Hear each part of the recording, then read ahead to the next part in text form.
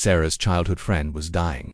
I heard the news while I was lying on the operating table. Sarah, who was my wife and the surgeon, put down her scalpel and told her colleague, "Please take over my husband's surgery." Then she turned and left. Watching Sarah's back as she walked away, I couldn't hold back my tears. The next moment a cold scalpel touched my skin. Her colleague, Chloe, said calmly, "Why are you crying? With me here, you won't die." Sarah silently put down the scalpel and threw her gloves into the trash can. "I can't do the surgery. Get Chloe." This was about 20 minutes after Leo's accident. My usually calm and steady wife finally lost her composure. She urgently stopped my surgery, turned her back to everyone, pretending to be calm, but her slightly trembling hands gave her away. Leo had gotten into trouble, and she was worried sick, desperate to be by his side. "Sarah, your husband's heart rate is fast. He's nervous. Are you sure you want to leave now?" My chest was slowly starting to hurt. We said to the nurse, "It's okay. Anyone can do the surgery." Everyone in the operating room looked at me with sympathy. I just gave a small smile. When Leo came back, I knew my marriage with Sarah was over. To ask Sarah to leave a dying Leo to operate on me was something she couldn't accept, and I didn't want to put my life in the hands of someone like that. The surgery room door slid open quietly. A tall figure wearing a mask came in. It was Sarah's colleague, Chloe. Their paths crossed. Sarah said, "Chloe, Mark's surgery is yours. If I don't go now, I might regret it for life." Hearing her words, tears silently flowed down my face. Embarrassing, right? Mark yet again being left behind, and crying about it. Suddenly a shadow fell over my eyes. A cold scalpel touched my skin. The always cold and silent Chloe spoke, softly, "What are you crying for? With me here, you won't die." The surgery lasted 2 hours. When it was done, it was already evening and it had started raining heavily outside. Chloe stayed by my side until I was stable before leaving when Sarah called. The anesthesia had just worn off and I was sweating in pain. Answering the call, a lively male voice came through. "Sorry, brother. I'm not sure how my brother spread the news, but it's just a minor scratch. And I've already scolded Sarah for rushing off without thinking." Then a voice came from the other end. "You're in your 30s. Still so impulsive, did you think? You were in love with me, huh? Bring him a cup of milk tea to apologize." There were rustling sounds, like Sarah took the phone away. "How many times have I told you don't let the wound fester? Just stay put.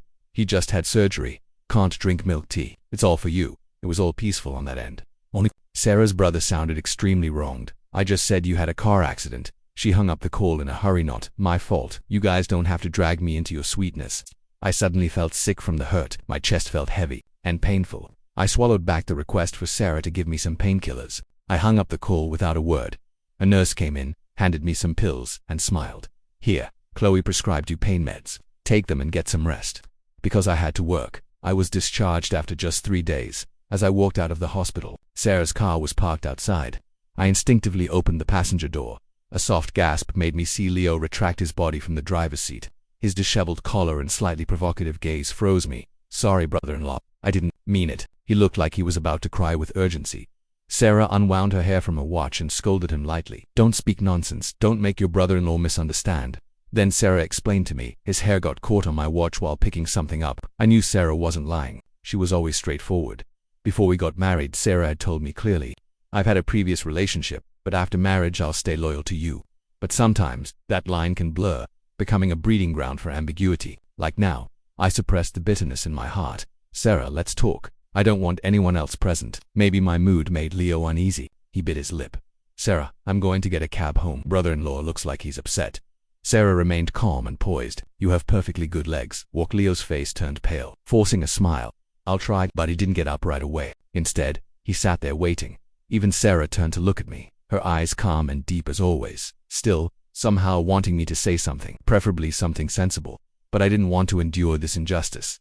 I stepped back from the door, telling Leo, "Get out. There are plenty of cabs by the corner." Leo stiffened, his eyes turning red as he walked away. I sat where he sat before. The atmosphere was stifled for a while. Sarah finally spoke gently. "No need to take it out on him for me leaving. You know, it was just a typical consultation call.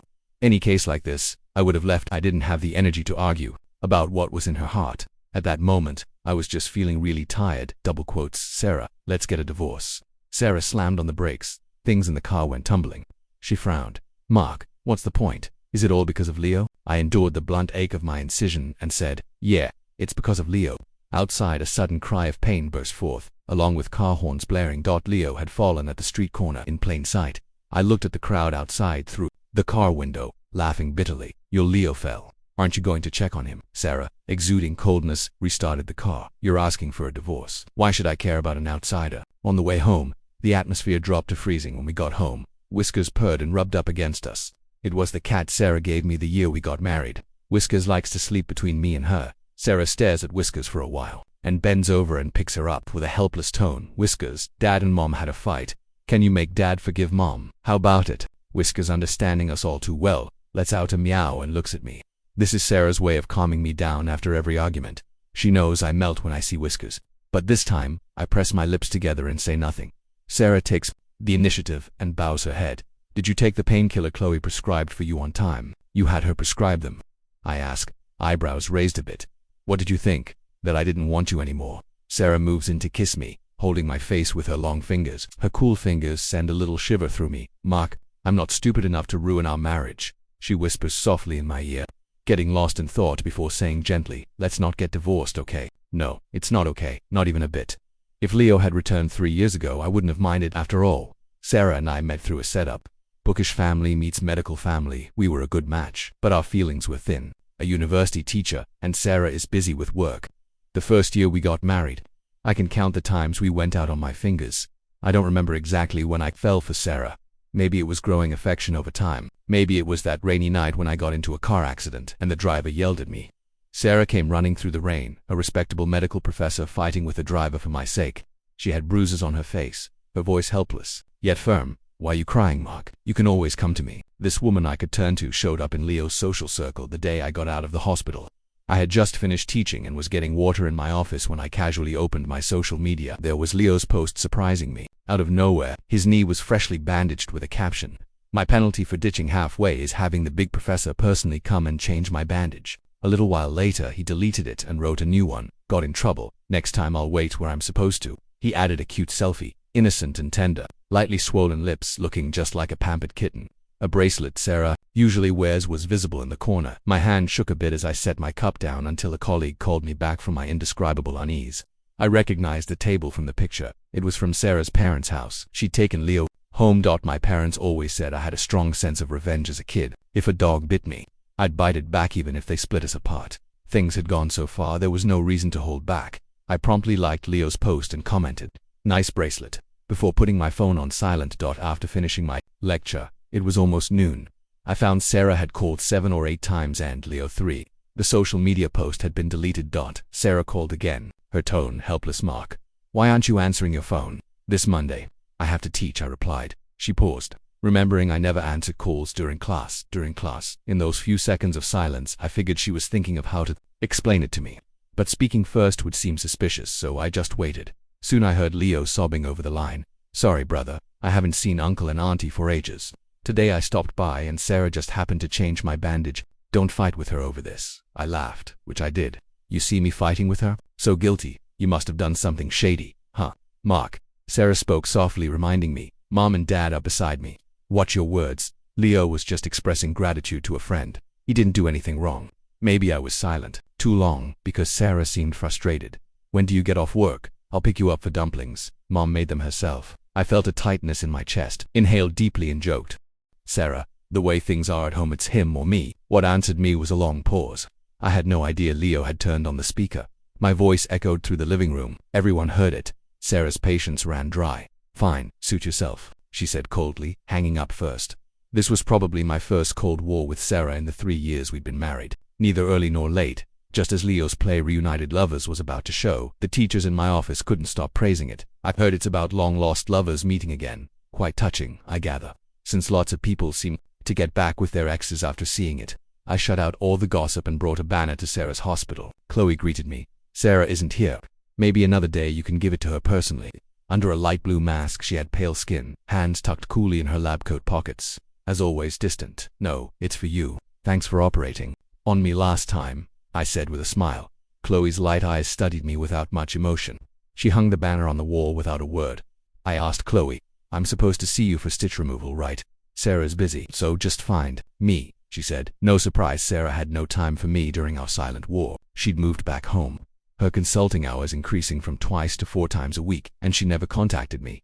I guess she thought I'd reach out first, go see her at the hospital, but I never did. I made it a point to visit only when she was absent. leaving Chloe to handle my appointments. Half a month had passed before Sarah lost her patience and rang me up. "Why do you keep going to Chloe for follow-ups?" I replied, "My shifts are Monday to Thursday, but you only visit on weekends." I chuckled. "Why so fiery today? Monday to Thursday I'm teaching, where's the time?" Sarah's voice was icy. "Mark, do you know what you're doing? Some people are like that when they stray emotionally. They become paranoid, thinking their partner might do the same." I calmly suggested, "Why don't you switch your shift to the weekend?" Sarah paused. Leo's play was set for the weekend. She didn't want to miss it. I hung up. I looked up and met Chloe's calm and silent gaze. I paused for a second. "What's up?" Chloe lowered her gaze, and her slender fingers gently brushed over my medical chart. "Mark, you've been prescribed sleeping pills 3 times this week. I can't give you any more. It's okay. If I get drunk, I can sleep just the same. Thanks for everything lately." Chloe stared at my forced smile and suddenly asked, "Want to drink together tonight?" "What?" She took off her rubber gloves and stood up. "Department dinner. Sarah should be there too. Double quotes. Oh, so that's it." As a doctor's spouse, showing up at their dinner is totally normal. So I said yes and happily went along. Ironically, Sarah was usually there, but tonight, she wasn't. Seeing me all alone, her colleagues gave me sympathetic looks and took special care of me during dinner. I wasn't sure if it was intentional or not. The alcohol Chloe placed beside me was mellow and smooth, not harsh at all. Before I knew it, I was a bit dizzy. Towards the end, the workgroup chat of these colleagues suddenly pinged. Chloe's phone lit up beside me, so I saw the message. It was a photo of Sarah, with her back to the camera, standing in the kitchen cooking. The image was retracted less than 30 seconds after being sent. Sarah explained in the group, "Sorry, my husband was goofing around." Suddenly all eyes at the table turned to me. The atmosphere was dead silent. I realized Sarah was having an affair. It's like a train hanging in midair, thrilling, yet not crashing into an abyss. She's just at her parents' place, making dinner for a visiting Leo. I couldn't confront her, or I'd be acting unreasonable. Honestly, I should have seen this coming, right? I've learned to accept this kind of thing calmly. It doesn't hurt anymore. After dinner, the group decided Chloe would drop me off on her way. Before getting in the car, Sarah's male colleagues approached to comfort me. "Don't think too much. Get some rest." Having drunk quite a bit, I thanked everyone numbly and then dozed off on the seat. Chloe drove steadily. When the car stopped downstairs, she called my name, pulling me out of a dream. Somehow, my phone had slipped over to Chloe's side. Instinctively, I reached for it, and my tie got hooked on Chloe's watch. How cliché and dramatic, I chuckled bitterly. "Sorry, Chloe removed her watch, distancing herself to let me untangle it. Before I could thank her, car door was yanked open from outside. A cold draft swept in. Sarah stood there, her voice calm with the calm before a storm. "Mark, you'd better explain what you're doing." This was probably the first time Sarah lost control in front of me. Her voice nearly couldn't contain her anger. She gripped my wrists tightly and dragged me out of Chloe's car. I sobered up almost instantly. Meeting her gaze calmly, I said, "Let go of me. I didn't do anything. I saw everything." Sarujli composed was flustered and angry for the first time. I suddenly recalled the scene on my discharge day, almost identical. My lips curled into a mocking smile. "My tie just got caught on her watch. Don't misunderstand." Sarah must have remembered that day too. Her angry expression froze. Sarah's instinctual reaction disgusted me, because I knew if she were truly innocent, after I said this, she'd argue back, claim she and Leo were clean, accuse me of overreacting, but she didn't. She was flustered, nervous. She let go of me and stayed silent for a good while. So when Leo appeared at her side, she honestly considered reconnecting gloriously with him, even thought about neglecting her wifely duties. Being kissed by Leo in the chair, it was my presence that reminded her of her crappy sense of marital duty. I turned back to Chloe calmly and thanked her. "I have some things to discuss with Sarah. Drive safe on your way back." Chloe nodded and left. The surroundings were eerily quiet. I ignored Sarah and turned to walk towards the hallway entrance. "Mark, let's talk." Sarah tried to grab me, but I suddenly turned and slapped her hard across the face. The sharp slap echoed through the corridor. Anger and frustration that had been suppressed flooded out. I recalled her silhouette walking away from the operating table, the fear and helplessness of being left behind by my wife, trembling with rage. I spoke. "Sarah, don't touch me. I find you dirty." I didn't know how Sarah explained it to the family. In any case, she initiated an end to the silent treatment and moved back in. She bought a ton of toys for Whiskers and would playfully wave them in front of me, the same old trick. "Mark, want to hug Whiskers, please?" I took Whiskers half-heartedly, gave a few pats, just when she thought I forgave her. The doorbell rang. My parents showed up at the door. "Mark, we heard you two are going on a trip. Take Whiskers back for now. We'll pick him up when you're back." Not sure when exactly. Sensing the tension between us, my parents silently took Whiskers and left. After closing the door, I saw Sarah's pale face and tossed the toy she just gave me to the floor. "Think about the divorce. Whiskers stays with me. The rest can be handled by the lawyer. It was only then Sarah realized I was serious. Her gentle demeanor vanished. She stiffly said, I don't agree, Mark. Leo and I are innocent. If you can't stand him, I'll cut ties. Whatever makes you happy, I'll go along. Why am I the unreasonable one again? I pulled out a chair and sat down. Speaking lightly, Sarah, who's to care about your affections? I want a divorce. Can't it be because I've had enough with you? Sarah's words got stuck in her throat. She demanded to know if it was because of Chloe. I took a sip of water. Sarah, don't make a scene. Chloe and I are innocent. If you can't stand her, I'll cut ties. As long as you'll cheerfully divorce me, I'll go along. Not even a minute had passed. The words she once said came right back at her. For the first time, I saw a crazed look on Sarah's face, but I wasn't interested in arguing anymore. How you and Leo are, that's how Chloe and I are. Clear as day. Honest as the sun. When you're ready, we can talk. That sarcastic remark brought our relationship down to an ultimate low. Sarah refused to get a divorce, and we were at a stalemate. But soon enough, she got a taste of her own medicine when I took fruit to Chloe, or spoke up for her while Sarah was around, or maybe when I was texting Chloe during dinner about my scar. Sarah finally lost it. She slammed down her chopsticks in front of me. Double quotes mark. What do you want from me? I stopped seeing Leo. Can't we move on already? Her phone showed messages from Leo, begging her to respond. Sarah, are you ignoring me to punish me for asking for a breakup? I'm so sorry. Okay, can we go back to being friends? I promise I won't disturb you again. I put my own phone on the table. Leo's just out of line with you. Ignoring him is right. Why should I ditch my doctor because you turned him down? My chats with Chloe are nothing unusual. Saturday checkup. Does it still hurt? Much better. Ready to remove the stitches. The day Sarah couldn't find anything wrong. But as a surgeon, her husband going elsewhere to have stitches removed was the issue. I knew what she was going to say, so I interrupted her. You didn't do my surgery. Don't worry about the follow-up. I'm a stick with one person kind of guy. Sarah sat in the living room, not saying a word for a long time. Maybe I really got to her after dinner. My wound throbbed with vengeance. I grabbed my coat, ready to head to the hospital. Sarah noticed my pale face. What's wrong? I pulled away from her touch and opened the ride-sharing app, seeing my hospital destination. Sarah grabbed her coat. It's late. There aren't any cars. Don't be stubborn, I'll drive you. She was right. My phone just rang as she finished her sentence. Leo's name flashed on the screen. Instinctively, I grabbed the phone and hung up on him. Sarah, I don't feel well. Please take me to the hospital. But Leo called again. I picked up angrily. Call again and I'll have no choice but to destroy you. Then I threw the phone against the wall, shattering it into bits. Sweat dotted my forehead. I didn't know what was wrong with me. Sarah didn't hesitate anymore and helped me out the door. As she bent down at the entrance to pick up the broken phone, the screen lit up. Leo had texted Sarah. If that's your choice, would the world be better if I disappeared? Sarah froze, forgetting what she was doing. She called someone, threw on her coat, and ran out, even forgetting to shut the door. The loud noise lit up the hallway, and neighbors peeked out at me curiously. I couldn't hold out any longer, and I knelt on the floor. Could someone take me to the hospital? I had no idea it was pancreatitis until Chloe showed up. Just as the doctor said, it's crucial. Delay could mean losing him. On the way, I'd had a hunch and mentally prepared for the worst. Chloe hovered at the doorway. A nurse from her department, a woman with a big heart, stepped in. She assumed Sarah and I had a fight and tried calming me while picking up my phone to call Sarah. Where is she anyway? With her husband in this condition. Suddenly I felt so tired. At this moment, I had no energy to stop what was happening. The moment the call connected, Leo's voice came through, first hoarse. Felix, I'm sorry for keeping you pleased for so many days. Sarah is with me now and she's been kind. Did you get her mad? The nurse's face changed quickly, hanging up. When she came to and tried again, it was off. By now, I was used to people pitying me. I smiled calmly. Sorry, she's cheating. Sorry you had to see this. Maybe it was for the best. Hospitals are gossip central after all. Cyril, sunshine and roses, having the scandal publicized was just the start of her downfall. The surgery was short. I leaned in the hospital corridor as Chloe discussed post-op precautions with the doctor. Then she sat next to me, offering me a cup of hot water. Feeling the warmth in my hand, I said, Thanks, Chloe. I've used you to front.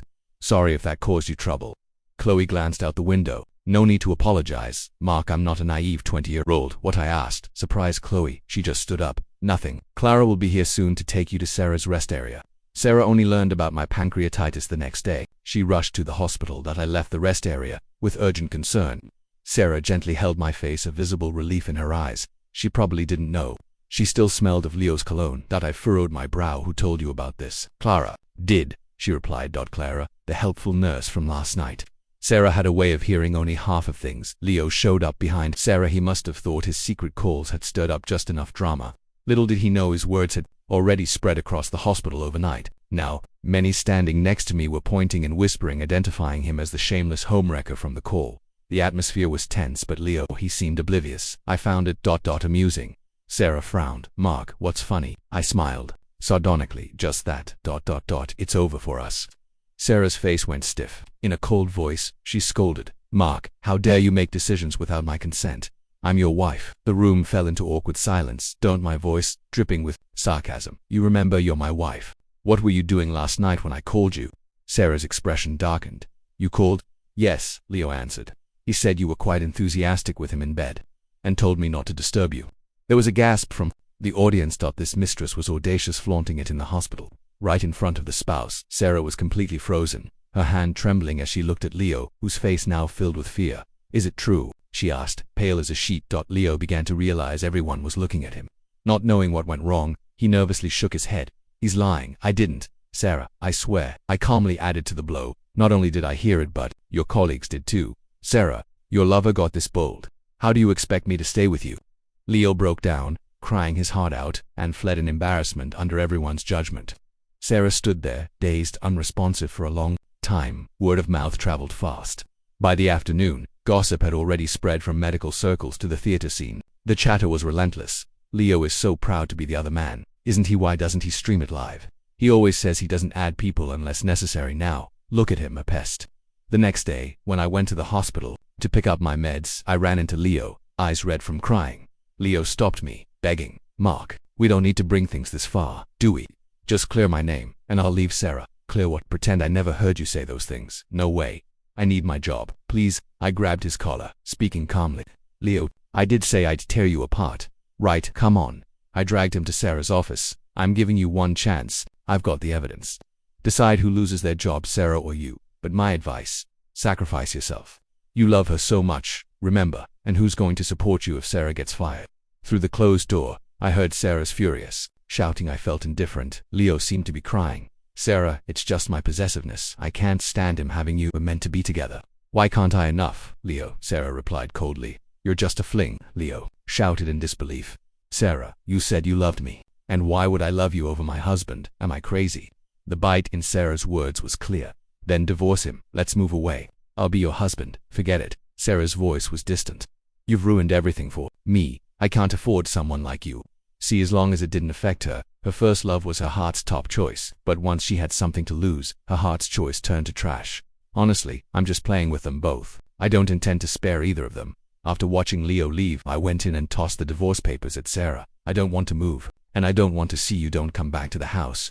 Don't push it, Sarah. I don't want things to get ugly. She sat there pale and speechless. Back home, I threw out all Sarah's stuff, sent some personal items to Leo with a note, they're all yours. Enjoy. Leo, having had some theater roles, was already a hot topic. The internet was buzzing. Once his identity was dug up, oh, so his reconciliation story is about wrecking a home. Would love to hear the audio of him provoking the spouse. Here's a blogger who was at the hospital for an appointment and caught the lover's call in the background. I was shocked someone actually recorded it. Even more amazed it was turned into a meme. He was so passionate about me. Covered social media like wildfire. Leo became infamous instantly. Several people caught him on the street, interviewed him. He'd run off looking frazzled. A lot of people started gathering outside the theater group's door, asking if he still had his job. They haven't fired him yet. A few days later, the theater group announced in a statement they'd fired Leo. I never saw Leo again. Autumn crept in fast. The uproar over Sarah's fiasco got her dismissed from the hospital. I took a long leave to recuperate, waiting for Sarah to sign the divorce papers. In just a month, everything flipped upside down. The pain of betrayal resurfaced in the middle of the night sometimes. We had our good times, stolen kisses, the thrill of just touches. That's what made these 3 years feel like a dream. When I woke up, reality was staring me right in the face. I felt hurt, wronged, bitter, but thankfully, it's bearable. Time heals all things. A few nights later, Sarah called me. I was brushing Whisker's fur, so I put her on speaker. Her voice echoed in the empty house. I thought she wanted to discuss divorce terms, but she started reminiscing. It was funny, the one who betrayed first ended up being the most sentimental. Mark, remember at the amusement park when I wanted to cross the bridge and you carried me on your shoulders? I spoke calmly. Yes, 3rd month. After we got married, my birthday, they offered a cake to the couple who finished first, but you fell with me into the water. Sarah chuckled softly. Yeah, felt guilty all day. But at the hot pot place you got tipsy and told me you didn't mind. I stayed silent, watching whiskers bounce around the sofa. Sarah asked again, "Do you remember the night of the car accident?" "Yes, you got hurt for me," I cried. "And that Christmas afterwards, I remember." "Sarah, I do. Also the birthday when I kept working late. The longevity noodles you sent. I remember sunrise on a snowy night, sunset by the lake. I remember." Sarah went silent for a long time. Her voice was raspy. "Mark, our memories too many to finish in a lifetime. A lifetime isn't enough." I laughed. "But the moment you slept with Leo, all those memories, they didn't matter to you anymore. You're the one who betrayed everything. The one who should suffer is you." I heard Sarah's breath spill out in a sob. "Mark, I won't erase what we had because I was happy. I really was. But that's all there is to it. I can talk about the past. Not because I can't let go, but because I have no one. It says you gotta stick with someone for life. I won't look back. And I won't forgive." The phone call lapsed into a long silence. Sarah's voice broke. "No chance." "Right," I patted Whisker's ear. "Send over the divorce papers. Let's part on decent terms." After Sarah signed the divorce papers, she and I entered the divorce cooling-off period. Back when she got married, 2 months felt like a lifetime. That wedding pushed by a blind date always had endless little details to fret over. She was irritable and restless, just hoped it would end soon. But 3 years later, Sarah felt time flew by. Her marriage, which she resisted in every way, headed visibly toward an end. In those last 2 months, Mark didn't forgive her. That husband who was so easygoing, so gentle, was so resolved when leaving. Sarah often felt like that month she strayed was a dream, her first love. Now unrecognizable after so many years. But what was unrecognizable wasn't just Leo, it was her too, seeing Mark again. It was already late autumn. The trees by the street had shed their leaves. He dressed warmer than most. Looked like he wasn't fond of the cold. Sarah thought about their past and felt an indescribable pain. Mark, wrapped in a scarf, walked up to Sarah. His tone was fairly friendly. There was some traffic. Sarah looked up toward where he came from. It was empty. Her anxious heart found a bit of peace, but mostly bitterness. "I'm in a hurry. Let's just get this over with." Mark walked toward the city office. Sarah had a moment. She suddenly wanted to grab Mark, hold him tight, tell him she regretted it, wanted to say Leo was just a youthful obsession. The one she loved was Mark. But in just a moment, the thought vanished into nothing. Mark mentioned if the divorce didn't go smoothly, he wouldn't hold back anymore. Her parents were old. She faced losing her job in middle age, would have to move far away for work. Once she starts new work, the chance of returning was slim. Her parents had lost face over this. Their prolonged illness showed no sign of recovery. She didn't want to leave without keeping some dignity that day. Not many were at the divorce office. The process went by like it had been fast-forwarded. In the blink of an eye, everything was done. Holding the divorce papers, Sarah felt like they weighed a ton, crushing her, leaving her breathless. Standing in front of her was Mark. The autumn sun slid past the eaves, drawing a clear line between him and her. Sarah stood in shadow. Asked Mark, "What's your plan now?" Mark spoke coolly. "No plans, just work as usual. Live life as usual." Watching Mark's hair tousled by the wind, she instinctively lifted her hand to brush it. Mark got a message, turned to look toward the street. Her hand and his hair missed each other. A black car stood by the corner. She didn't know when it parked. Mark rushed off, not even turning back to say goodbye. Sarah stared at the hands on the wheel, watched for a long time. Her mind scrambled mess, yet she dared not approach, fearful that the one behind the wheel might be Chloe or another woman, so she just stood there, focusing on those hands. The autumn wind blew. Tears blurred her eyes. The car pulled away. Sarah didn't get a clear look. Sarah left her hometown, gone for 3 years. On New Year's Eve, she sat in a cold office. Outside, the cold wind couldn't overcome the warmth and joy of fireworks and family reunions. That year again she didn't make it back. Her parents were already rather displeased with her. Family and friends nearly all cut ties because of that incident. Sarah seemed truly alone, so on New Year's Eve that year, the dumplings Mark brought in the snow became an unreachable dream for the rest of her life. Just after midnight, New Year's, messages flooded and a message popped up. "Did you hear? Mark got married." Sarah stared at it, sitting frozen for a long while. She stayed silent for a bit, but couldn't bring herself to ask who the bride was. She switched to Mark's chat instead. The last record was from 3 years ago when Mark asked her to meet for the divorce. Sarah hesitated, typed, "Congratulations on your wedding." The fireworks cracked the silence, echoing in her chest. She took a deep breath, pressed send. The red exclamation point appeared. The fireworks just stopped. The world went quiet, just like her heart faded to emptiness.